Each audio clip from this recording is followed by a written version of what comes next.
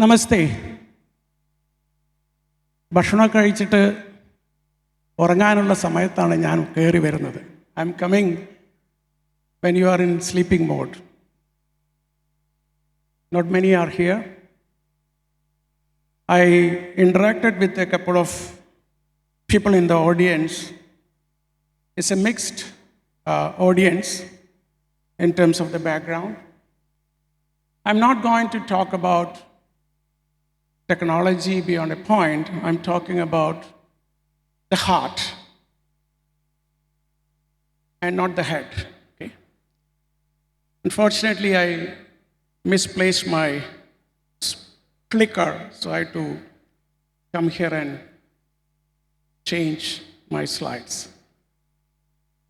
During COVID, I experienced feelings of loneliness because my family was in India and I had to live myself in Singapore. I longed for my mother who left me when I was 12 years old. And I wanted to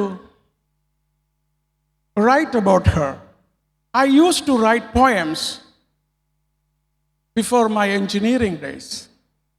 So I used Google Gemini to write a poem with my inputs. The title Inner Sanctuary was suggested by Google Gemini.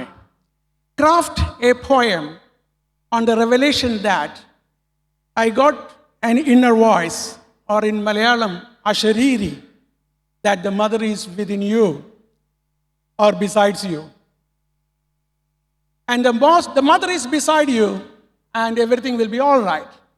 The difficulties faced in life will vanish from within, opening up a new world of love and wisdom. And Google Gemini gave me that. I sought her essence in every phase, a yearning heart in life's endless race. A whisper, soft, within the soul's core, she's here beside you forevermore. No longer lost in shadows confined, a mother's embrace. I now truly find within my heart her spirit resides, guiding my steps where wisdom abides. The last time I wrote a poem was decades ago, and I was able to rekindle my passion for poetry with the help of large language models. I am from National University of Singapore. I work in robotics and AI. And when I was in IIT Madras, I stumbled upon an article on fuzzy logic. I used to read philosophy, sociology, psychology-related books a lot. And one of the books I buy all the time was I Am Okay, You Are Okay. It's a transactional analysis. We all have egos, parent ego, adult ego, and the child ego. Everyone, doesn't matter at what age you are. I should buy that book and give it to every family where I would like to visit, and I try to connect with people. I lost that touch because of my engineering, maybe, because of what I have to do. I'm also an entrepreneur. I did not know why I became an entrepreneur. I was an introvert. My heart used to beat a lot when I had to face an audience like this. I struggled for words. That was me. But my student walked me along with an entrepreneurial journey, which I expanded to India in 2008, and we were the first to introduce floor cleaning robots in India. We exited in 2010 because the market was not ready. Now, that student is originally from Ottapalam, Palakkad. He is one of the consultants in Frost & Sullivan. I also made a number of movies, full-length movies, not to make money, but to help the community. I will not talk about it. But I developed something called Pioneer House in NUS. It's a new model for living, learning communities. I could connect with students in different ways. I'm called the master of Pioneer House. Master meaning the marche here, whatever that is. I'm the head of that particular unit. So all these experiences I'm using to deliver this talk today. In NUS, we have different living learning communities, vibrant culture, and we have rules. No alcohol on campus, no smoking on campus, past 11 p.m., no noise, no visitors. And you should sleep. We do sleep study among our students. And there are disciplinary aspects also, which I don't want to go into, but we train them for leadership. Leadership is not because of a position. Leadership is to serve someone, to help someone. And how do you serve people? Is it the same? When I speak to my wife, I should do it in a different way than when I speak to my son. People are different, and we need to understand those differences. How do we understand those? And that's where I would like to bring you to later on. So we have residences, halls, active, even past midnight, 2 a.m., but no noise.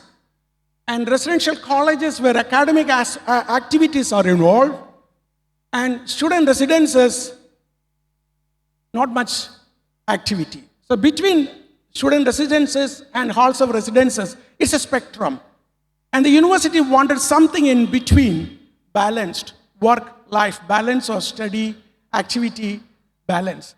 That's where they brought me in 2017 to develop something new. And 2022, they accepted that model and created 2 more in 2022-23 and 1 more next year, and the 5th one in 2029. We focus on programs wherein sense of belonging and sense of mattering are important. Why do I come here? I belong to a certain community. I'm not talking about the caste, the technology space, the AI space, the robotics space, and I want to share. And if the experience here makes me to come back again, that means I matter to the community.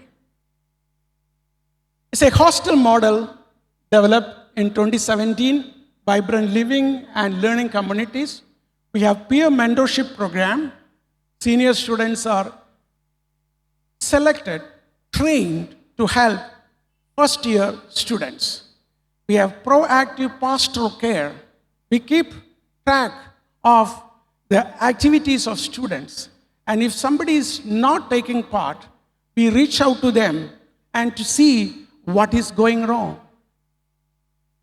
You know, suicides, mental wellness-related aspects are on the rise everywhere. And we want to prevent that. So we have trainings for those. And if they want to develop something of their own, they can do it. Ground-up initiatives. And various student leaders are selected. But the criteria for selection are different. A peer mentor should be good in academics. A resident assistant who will do pastoral care should be good at understanding people, listen more, and intervene when required. Talk less, but engage more. And student council, not politics. It is for the development and improvement of the student community. The sense of belonging is a well-studied topic. There are different characteristics, shared experience, identity, contributing a change to the organization, be yourself, authentic conversations, doing things together for others, and how to relate to each other. With screen time, mobile phones, we are all moving away from this. And we advocate, an anecdote I would like to share. In one of the buses, one of the students sat next to me. And she told me that she was in tears on the flight back to Singapore from her home country. I also just came back from India. Our age difference is quite big. I am 60. She was just less than 20, 3 times. I told her, I cried too. In fact, I cried. No harm in saying that.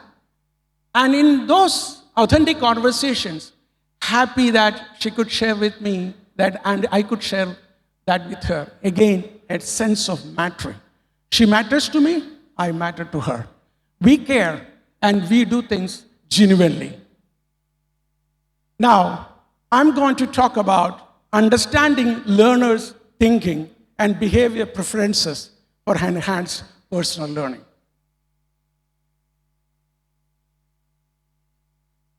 There are different ways of looking at it, how generative AI can be utilized. More personalized, engaging, and how to improve the learning experience. And there are different ways of looking at it. Personalized learning. KTU registrar spoke to me when I was in Model Engineering College last September, establishing the Center for Excellence in AI and Robotics. Huge data is there. Every university has huge data. Is it possible to analyze that data and see what are the individual learning styles, what are the strengths, and where you need improvement, and whether we can prepare content and deliver it according to it. There are other systems also. I'm not going to talk about the tutoring, adaptive learning, and gamification. I'd like to focus on personalized learning. And online, of course, some of the slides are generated using ChatGPT, Google Gemini, and Perplexity. An accuracy rate of 80% compared to expert human advice in providing recommendations to students in need of help. 91% accuracy rate by AI chatbots, 62% increase in test scores using adaptive learning, etc. You can look at the link below and try to read more about it. And when we talk about some of these things without internal review board, you cannot share. So I like to share about myself. That's me. BTech, Calicut University, 86, MTech, PhD from IITM, postdoctoral fellowship, KAI, South Korea. I found it challenging to memorize definitions. I can't. Equations, very difficult for me. And structured points of enumeration. നമ്മുടെ തിരുവിതാംകൂർ മഹാരാജാവിൻ്റെ ഭരണപരിഷ്കാരങ്ങൾ ചോദിച്ചു കഴിഞ്ഞാൽ ഞാൻ കൊളായി. എനിക്ക് പറ്റില്ല. I struggled a lot. I was unable to recall even a few lines from poems or film songs, even now. I was a rank holder in the university for BTech. How did I do that? I became a sannyasi during my school days, college days. I did not do certain things. Focus, focus, focus. I lost my certain childhood. And even now, I struggle to write research proposals and research articles. Now, LLMs help me. Because certain part of me, I don't have it. But just because of that, am I not intelligent? Is it memory that makes you intelligent? You have to ask these questions.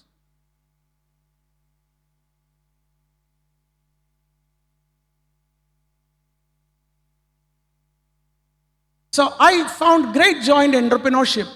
Nobody taught me that. Having launched multiple startups and 3 full-length movies.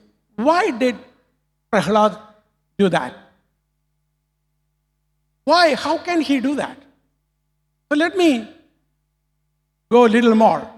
That's my son. He is here. He is also like me. It so happened, doesn't matter, father, son will be the same, or mother, daughter, or whatever way. So we talk a lot, mostly on concepts. AI, robotics, and innovation share some similarities, but also have notable differences. I'm very structured to you. I'll show something I've done later. What I show to you is not the real I am. I became what I am because of the culture, my family, the values, the elders, the belief systems made me to become what I am. And I focused on what I am not good at. And when I focus on what I am not good at, I struggle a lot. The stress goes up. And that's what is happening. And for me now, the stress is released using ChatGPT, Google Gemini, such LLM models. We did, both me and him, what is known as emergenetics profiling. It's a US firm, a bit costly, $400 of that time. And it provided valuable insights, helping us to understand ourselves and each other. I can't even remember my slides. That's why I had to look at it. That's my struggle. So let me share more about it. Now, what are these emergenetics tools that are being used? It boosts 6 core leadership skills used in corporate training, self-awareness, how to build relationships, communication to enhance the communication, how to influence oneself and others, how to do problem solving, and how to effect change management. And that is the emergenetics core. You have 2 aspects, the thinking attributes and the behavior attributes. The thinking attributes, analytical, structural, conceptual, social. And behavior attributes, how assertive you are, how flexible you are, how expressive you are. You can define it in different way. One important aspect is there is nothing weak about anybody. You have a preferred way of doing it and something you are not preferred about it. So don't put it in a negative connotation. So analytical, someone have a logical, data-based conclusions. Conceptual, brainstorming. Adhere to deadlines and commitments you make structural. I am very bad at it. Social, non-work conversations to create connection. I do that. So with my student, when I asked her how was the vacation, and she said she cried, and I also cried.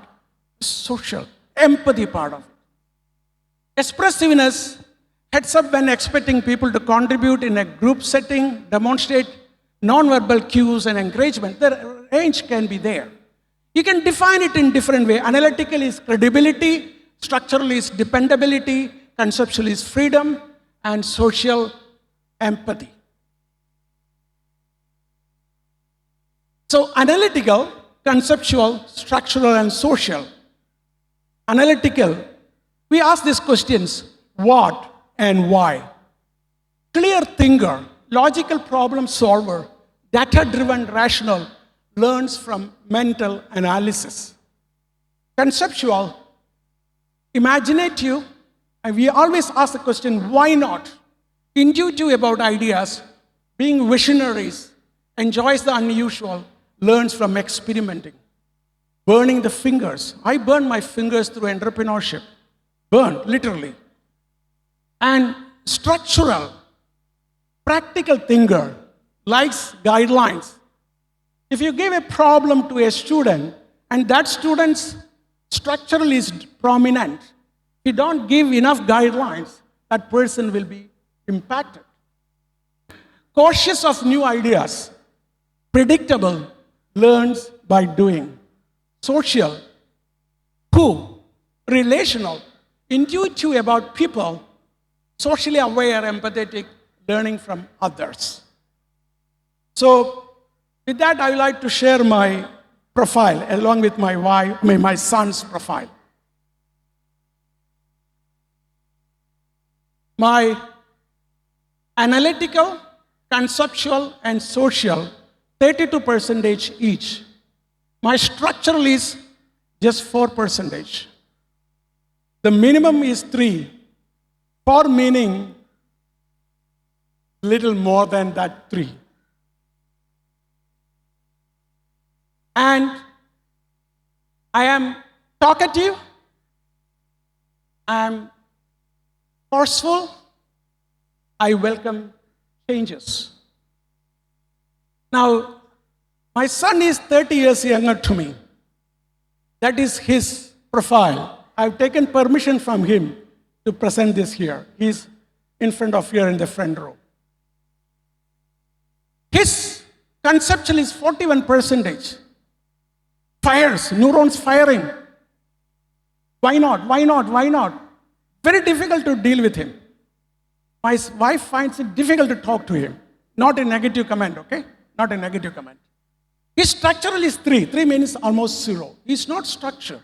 You come to my office, clean, neat.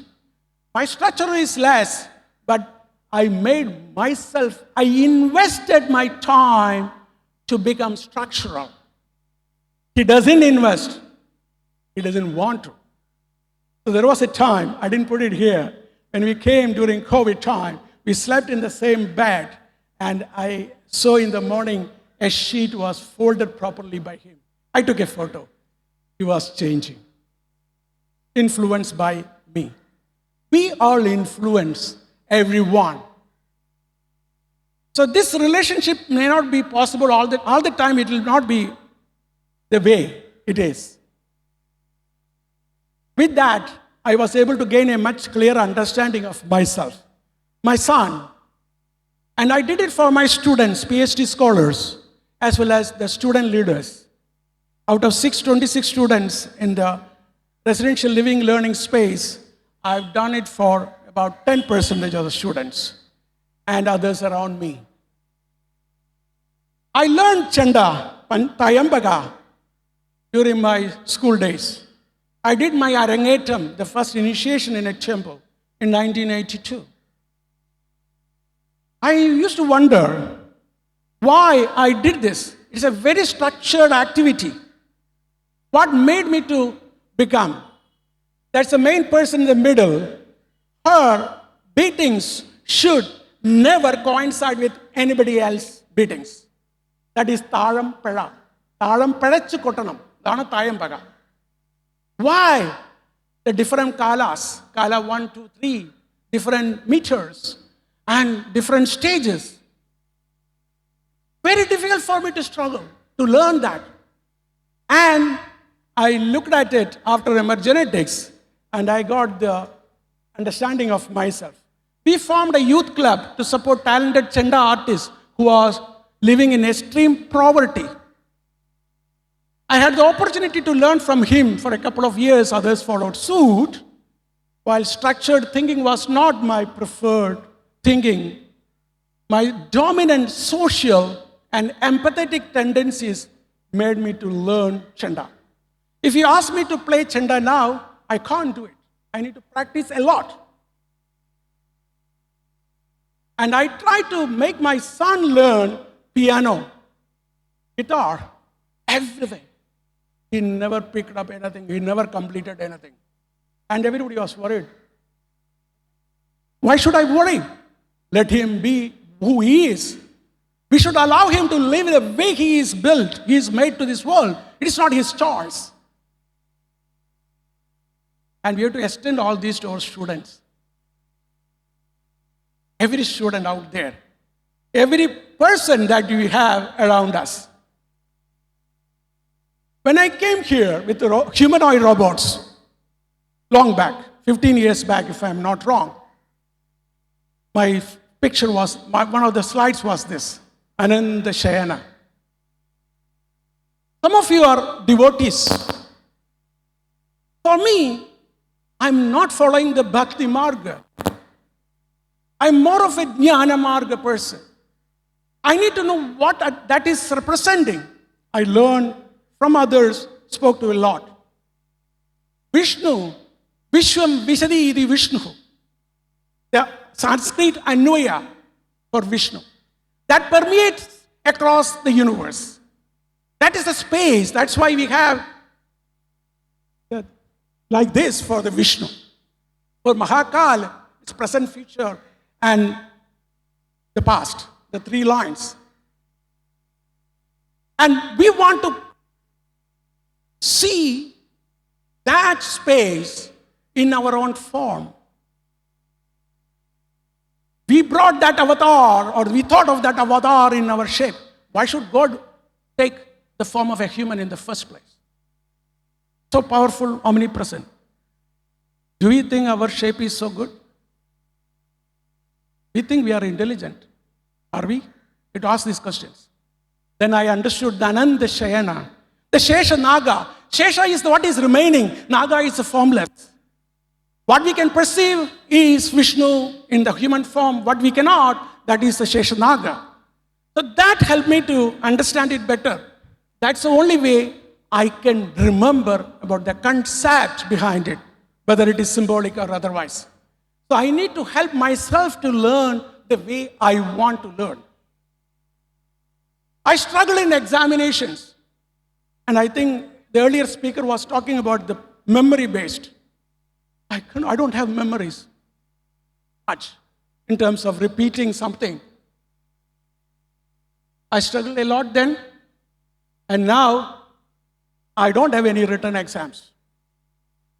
I have open book examinations, continuous assessments. And I have not failed any student so far. If I fail a student, I am failing myself. Of course, if they don't submit the assignments, that's a different issue. I have to be very careful about it. I cannot really do something out of the way. And I like to go back to IIT Madras days.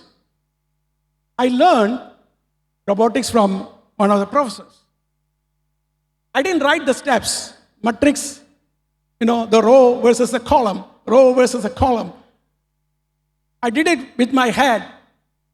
And instead of writing the steps, I wrote the solution. If the solution was correct, the Guru awarded me 0 marks. I respected that. He said steps were essential part of reaching the solution. That was a learning, valuable lesson for me. And now I understand that my preference for less structured thinking influenced my choice not to write the steps. You look out for students who are like that. Now what I do, I need to do it differently. I don't want to completely follow my Guru, but I want to respect my Guru. And I want to do it in my own way. So I had an amazing student who was good at visualizations. I had to teach fuzzy and neurofuzzy systems, Cartesian product, relations, projection, cylindrical extension. Oh my goodness, composition. I used to struggle to explain these concepts.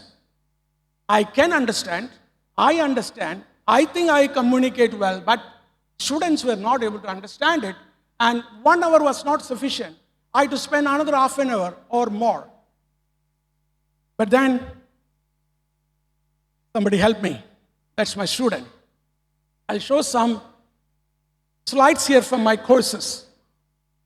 Of course, the row column, this is a fussy way, not multiplication, but typically it is the union and, intersection. Easy to do that. But we went ahead. Visualizations. How do you do the extension principle? How do we do the element-wise minimum? And how do you do the projections? And how do you come up with the solution? When I explained that, students were happy. I was serving people who are conceptual. I was serving people who are structured as well and who are analytical. So I like to do that to serve the students in a better way. And I alone cannot do that. I need to get help. Can I get the help of my student all the time? No. I have now ChatGPT. So some students like to, they don't like maths written in the traditional form, dy by dt. They don't like it. If I write it in a pseudocode or a code familiar in Python or something else, they're able to learn better. Why don't we do that? If that is the way the world is changing, why not? We create such things also. I like to say that student success is a matter of mindset, and we have to help them. How can emergenetics profiling, thinking preferences, help in planning of learning materials, and what role AI can play in that process? Analytical, structural, social, and conceptual I mentioned, and how to make education more personalized and effective for this. So again, the slides what I have included in subsequently, they're all from Google Gemini, and ChatGPT, and Perplexity.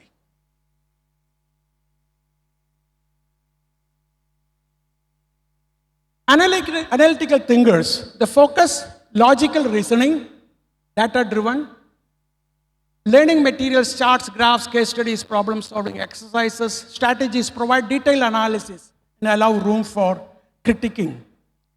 Structural, order, structure, clarity, step-by-step guides, timelines, and templates. Some of my students ask what font size to use, how many pages to have for the report, what is the line spacing, everything they ask. That is because they are structured. We need to feed them, and I help them.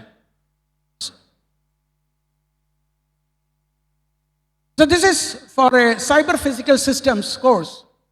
I give as much details as possible in the assignment, but still people ask questions and I give explanations. So you have to really give them a lot of inputs and help them. Even how to pass the time to another speaker in a group project, we give them that. Now, social thinkers, empathy, group discussions, role-playing, real-world scenarios, opportunities for peer-to-peer interaction. I use online forum and in-classroom conversations for that. And those who are conceptual, innovation, open-ended questions. Brainstorming, divergent thinking. And content structure can be in a logical, step-by-step manner to serve the analytical thinking preference, clear outline and learning objectives for the structural, and using metaphors, analogies, real-world examples to illustrate abstract concepts for the conceptual, and storytelling, visuals, emotional appeals, expressive. So Professor Kannan was using storytelling, quite a lot of videos there. Right, sir? Yes. We all use it in one way or other. But we need to know why we are doing it. And if we do it properly, we can connect with more students. That'll be great. It'll be helpful. Now, delivery modes.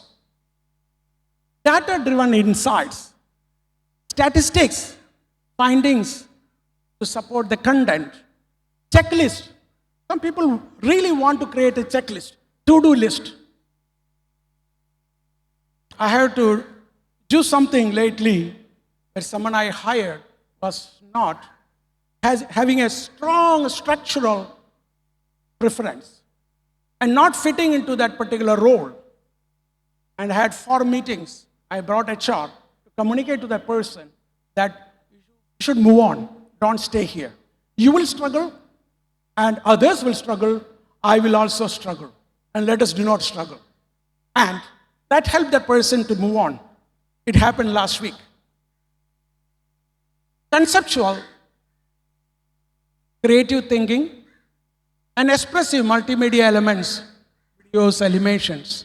Assessments, again, multiple choice questions, quizzes, problem solving, provide clear instructions, guidelines for those who are structural in thinking, and critical thinking, creativity assessments such as essays, presentations, and case studies for the conceptual. Similarly, expressive self-reflection exercises. 10% of the marks for some of my courses is for insights paper, what they learn from this course. And it's very interesting to read that. One of them said, I thought I was an introvert. I was not able to express myself.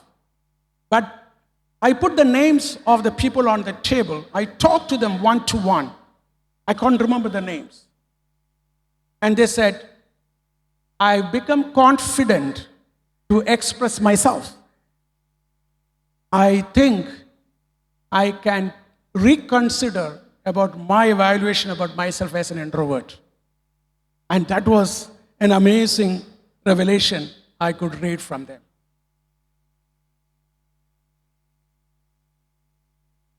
So, of course, I'm not going to talk about adaptive. This is the one which I've shared earlier, how to create personalized learning paths.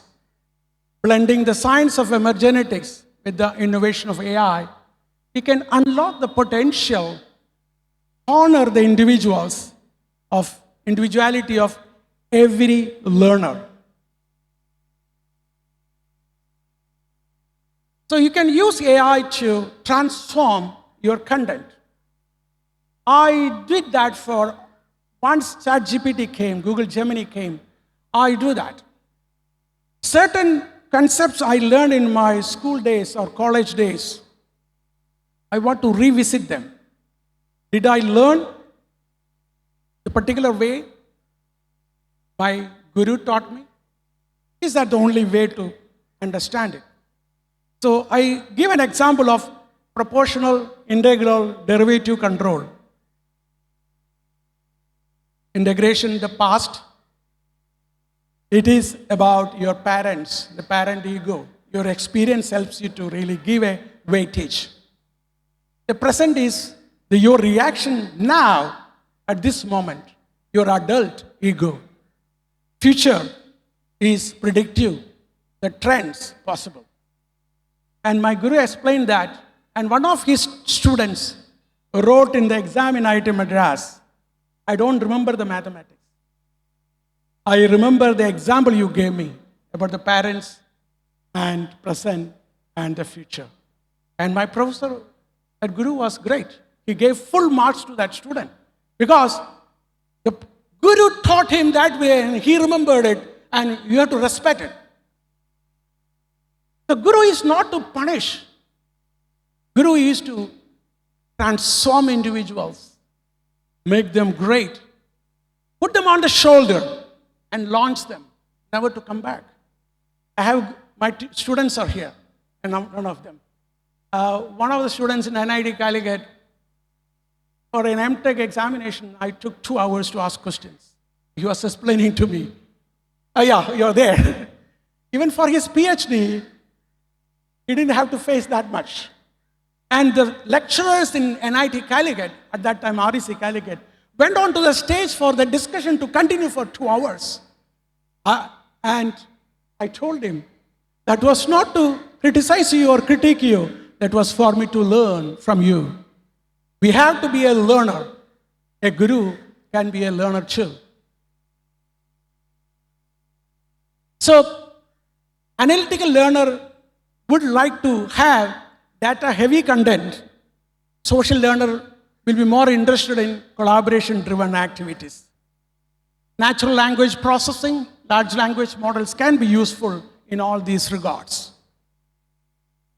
Engagement analytics. This is a big thing that we have to do.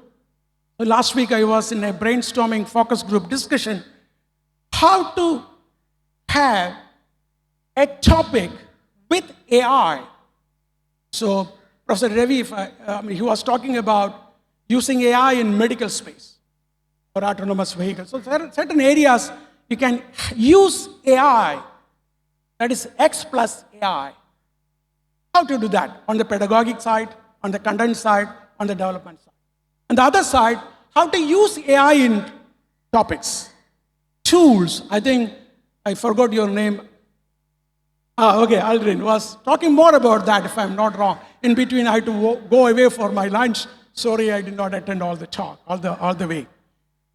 So X plus AI and use of AI, these are the two ways we have to really look at or revisit our content, curriculum, and delivery, as well as assessment. So let us use AI for supporting the students with different thinking and behavior preferences. Let us empathize.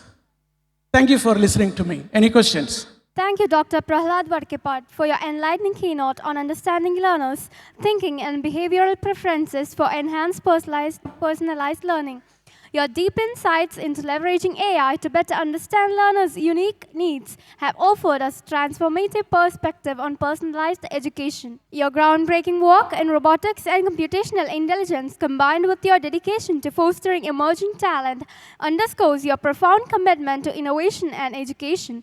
It has been a privilege to learn from your vast expertise today. We would now like to open the floor for a Q&A session. Participants, if you have any questions for Dr. Vadakkepatt, please raise your hand. Let's take this opportunity to delve deeper into his visionary ideas and research. Thank you, sir. That was a very informative session. Personalizing teaching learning material to the students level is something of great interest to me. And this emergenetics structure is totally new, so something I will try to learn more about. But have you considered how similar or different it is from the multiple intelligence-based system? What was the last point? The multiple intelligence-based system. Yes. We have done other multiple intelligence also. Maybe because I'm a conceptual person, I like this more. And we operationalize it in certain setting. There was a time, one of my colleagues who was very structured, he was struggling to understand what I speak. He asked me, Prof. Prahlad, can you pause a while and explain to me how to do it? So we generally use how, why not, who, etc. in a normal conversation. That's why I thought this is more suitable, but definitely you can use other online tools. 6 seconds is there, some of which are free. This is very costly. But there, what I understand, they map these basic elements into certain perceived leadership aspects that is prevalent in a corporate space, which may not be easy to relate to beyond a point in an engineering or education sector. That's my personal view. That's why I'm more a fan of a fundamental aspects on the analytical, conceptual. But you may do that. So my nieces, they have done this. MDPI or something of that. Quite a number of things are there. You can definitely use it. Welcome. Yeah. From your experience of using this in the classroom, you have a very flexible learning plan, I see from your examples. So if you have a group project, do you try to group people who are in the same, you group together structural Yeah, that's a very interesting point. We don't do that because in real life, it will never happen. Even husband and wife will not have the same thing. So you have to live with people of different thinking and behavior preferences. But I make sure 2 things. One, I communicate to them about introverts and extroverts. So communication is key. The second is how to utilize that information in a group setting. I tell them everybody should be given certain number of minutes to talk. So the introverts will be made to speak, not led on the side. Extroverts, I advise them how to control your speaking. So we have to really help them to really get into that kind of a space. But I don't intervene beyond a point.